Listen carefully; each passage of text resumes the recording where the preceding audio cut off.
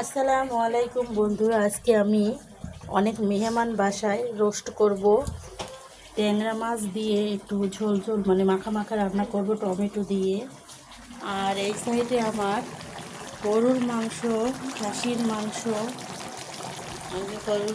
খাসির মাংস রান্না চলতেছে।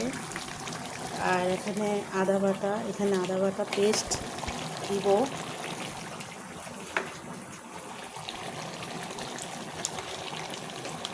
এখনও দেই নাই।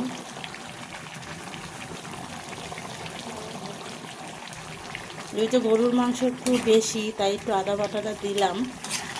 রান্না চড়াই দিছি, বাসায় আজকে অনেক মেহমান, রান্না বান্না চলতেছে। কষা কষা মাখা মাখা খাসির মাংস, কষা কষা মাখা মাখা।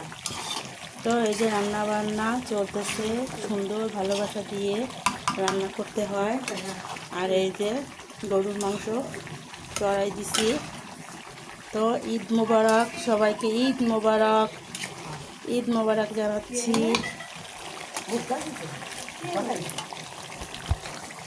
তো সবাই ভালো থাকেন, আল্লাহ হাফেজ।